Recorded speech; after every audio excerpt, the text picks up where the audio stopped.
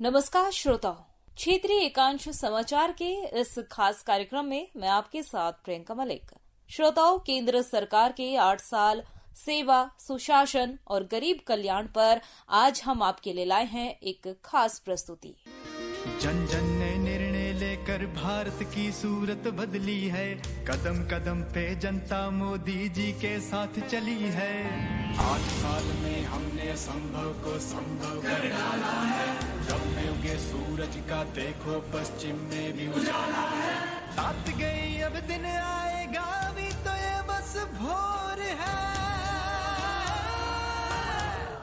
हमारा भारत विविधताओं से भरा देश जो अपनी विभिन्न सांस्कृतिक परंपराओं और धरोहरों के लिए जाना जाता है। भारत में गीत, संगीत, नृत्य, नाटक कला, लोक परंपराएं, कला प्रदर्शन, धार्मिक संस्कार और अनुष्ठान, चित्रकारी और लेखन के क्षेत्रों में एक बहुत बड़ा संग्रह मौजूद है जो मानवता की अमूर्त सांस्कृतिक विरासत के रूप में जाना जाता है।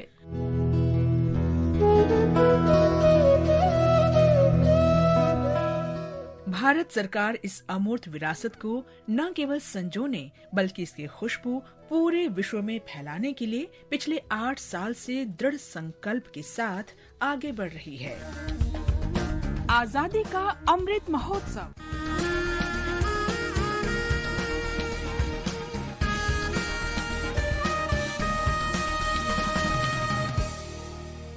इस समय पूरा देश स्वतंत्रता की 75वीं वर्षगांठ आजादी का अमृत महोत्सव के रूप में मना रहा है।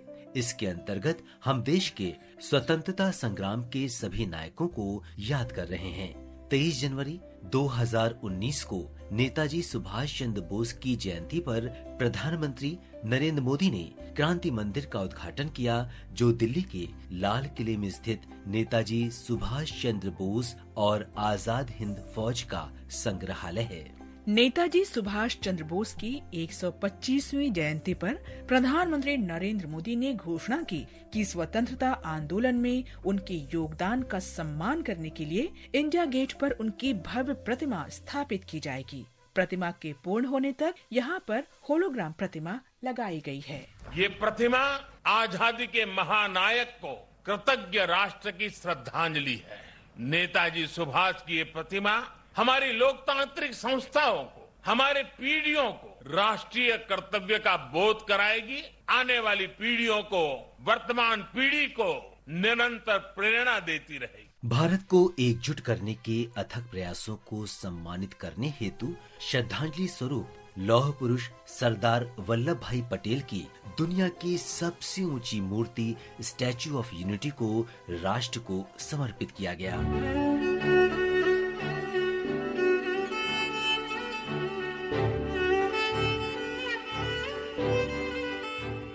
महात्मा गांधी की 150वीं जयंती को न केवल भारत बल्कि दुनिया भर में धूमधाम से मनाया गया।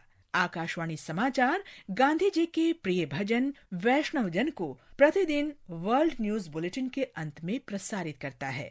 इसे दुनिया भर के देशों के कलाकारों ने गाया है। वैष्णव जन तो तेने कहिए जे पीर पराई जाने रे। अमर क्रांतिवीर चंद्रशेखर आजाद को समर्पित आजाद गैलरी की स्थापना इलाहाबाद म्यूजियम में की जा रही है। इस गैलरी के बारे में इलाहाबाद म्यूजियम के निदेशक डॉक्टर अखिलेश कुमार सिंह ने बताया। गैलरी में स्वतंत्रता आंदोलन की महत्वपूर्ण घटनाओं का मल्टीमीडिया तथा साउंड एवं लाइट का प्रयोग कर प्रभावशाली प्रदर्शन किया जाएगा, जिससे दर्शक इन घटनाओं की जीवंतता को महसूस कर सकेंगे। प्रधानमंत्री मोदी ने 23 मार्च 2022 को विक्टोरिया मेमोरियल हॉल कोलकाता में बिप्लोबी भारत गैलरी का उद्घाटन किया। ये नई गैलरी देश के स्वाधीनता संग्राम में भारतीय स्वतंत्रता सेनानियों के योगदान को दर्शाएगी। जलियांवाला बाग स्मारक का पुनः निर्मित परिसर भी राष्ट्र को समर्पित किया गया। मोदी सरकार बाबा साहेब डॉक्टर भीमराव अंबेडकर के विचारों और समावेशी नीतियों को बढ़ावा देने के लिए समर्पित है। बाबा साहेब को समर्पित एक स्मारक दिल्ली में राष्ट्र को समर्पित किया गया। बाबा साहेब अंबेडकर से जुड़े पंचतीर्थों को भी सरकार ने विकसित किया है।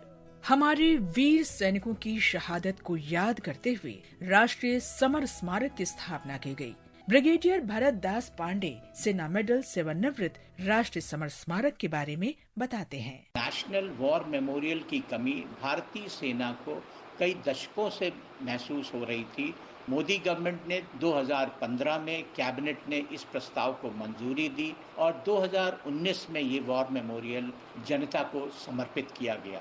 ये वॉर मेमोरियल उन जवानों को जिन्होंने अपना बलिदान दिया उनको ये रिकॉग्नाइज करता है और उनको नमन करता है।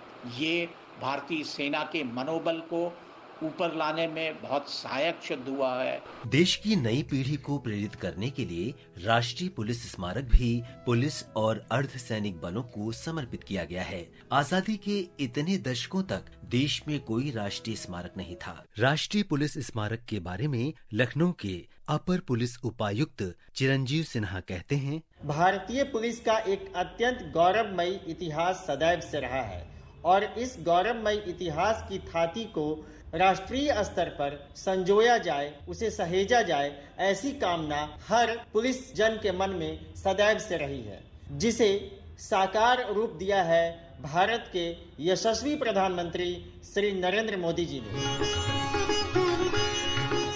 ये सरकार के अथक प्रयासों का ही परिणाम है कि वर्ष 2014 से अब तक लगभग 228 अमूल्य प्राचीन प्रतिमाओं को देश वापस लाया जा सका है, जबकि वर्ष 2013 तक केवल 13 मूर्तियों को ही वापस लाया जा सका था। मोदी सरकार स्वदेश दर्शन परियोजना के माध्यम से विविधता की रक्षा के लिए प्रतिबद्ध है, जिसे 2015 में शुरू किया गया था। इस योजना के तहत भारत में 15 थीम्ड सर्किट का विकास शुरू किया गया है। इनमें बौद्ध circuit, Ramayana circuit, Krishna circuit, tribal circuit, spiritual circuit, heritage circuit, Tirthankar circuit और सूफी सर्किट भी शामिल हैं। योजना की शुरुआत से अब तक इन सर्किटों के विकास के लिए लगभग 5,700 करोड़ रुपए की कुल 78 परियोजनाओं को मंजूरी दी गई है।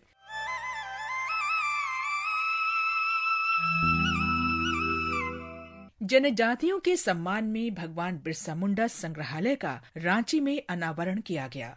जनजातीय स्वतंत्रता सेनानियों को श्रद्धा सुमन स्वरूप 15 नवंबर को जनजातीय गौरव दिवस के रूप में मनाए जाने को मंत्रिमंडल ने मंजूरी दी। एक ओंकार सतनाम। सिख धर्म भारतीय सांस्कृतिक परंपरा का अभिन्न हिस्सा है। श्री गुरु तेग बहादुर जी के 400वें प्रकाश पर्व के अवसर पर प्रधानमंत्री नरेंद्र मोदी ने 21 अप्रैल को लाल किले से राष्ट्र को संबोधित किया। हमारी महान संस्कृति की रक्षा के लिए गुरु तेग बहादुर जी का बलिदान कितना बड़ा था। उस समय भारत को अपनी पहचान बचाने के लिए एक बड़ी उम्मीद गुरु तेग बहादुर साहब के रूप में दिखी थी।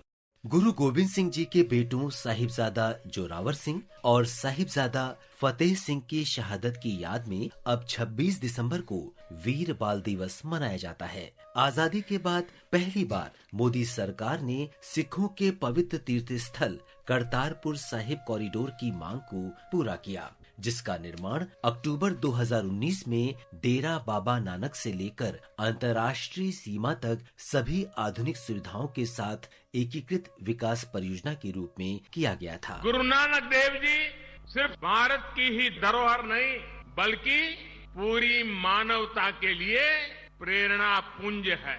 गुरु नानक देव एक गुरु होने के साथ साथ एक विचार है, जीवन का आधार है। देश के प्राचीन और सांस्कृतिक स्थलों का विकास एनडीए सरकार की बड़ी प्राथमिकता है।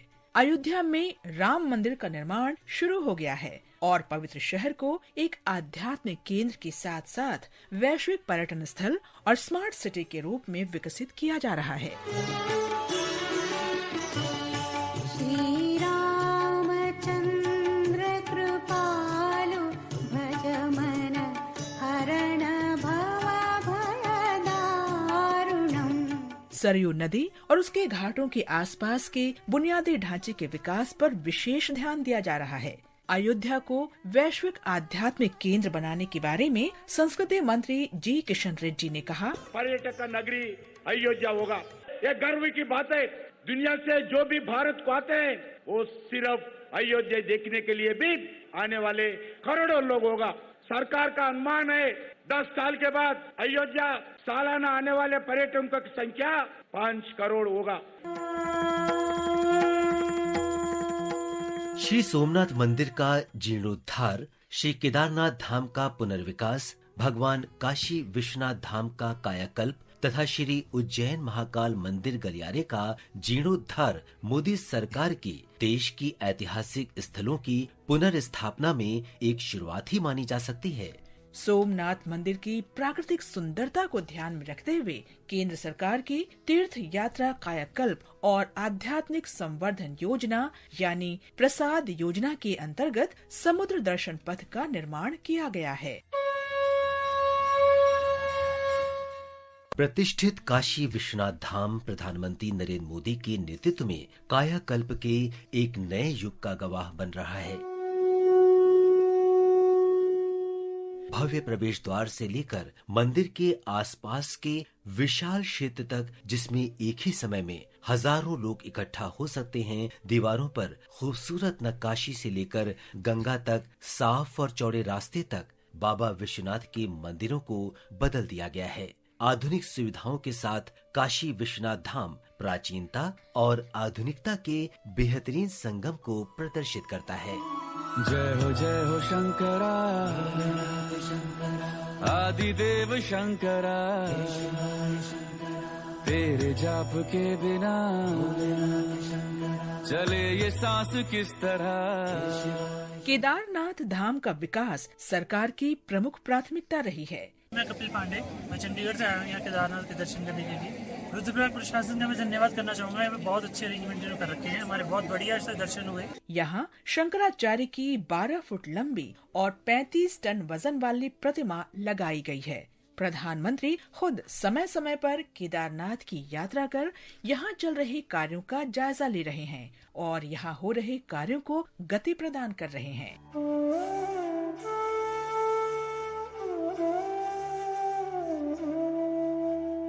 काशी की गतिशीलता को दर्शाते हुए प्रधानमंत्री मोदी ने ऑस्ट्रेलिया के प्रधानमंत्री स्कॉट मॉरिसन को चांदी का एक गुलाबी मीनाकारी जहाज भेंट किया। जब प्रधानमंत्री नरेंद्र मोदी अमेरिका गए तो उन्होंने उपराष्ट्रपति कमला हैरिस को उनके दिवंगत नाना पीवी गोपालन के पुराने दस्तावेज भेंट किए। प्रधानमंत्री संग्रहालय के रूप में भारत को आधुनिक संग्रहालय की सौगात मिली।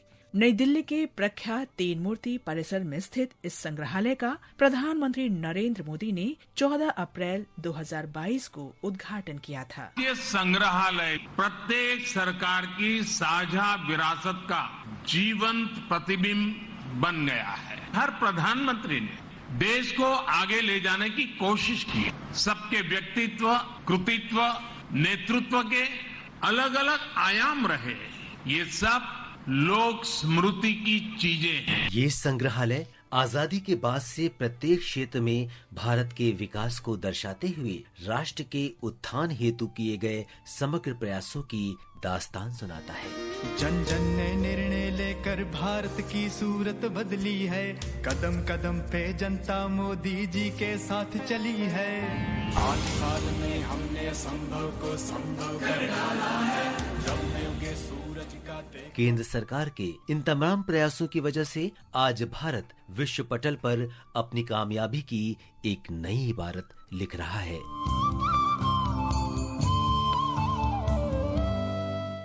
श्रोताओं, अभी आप सुन रहे थे केंद्र सरकार के 8 साल सेवा, सुशासन और गरीब कल्याण पर ये खास प्रस्तुति। आज के इस कार्यक्रम में इतना ही। फिर हाजिर होंगे एक नई कड़ी के साथ। तब तक के लिए मुझे दे इजाजत। नमस्कार।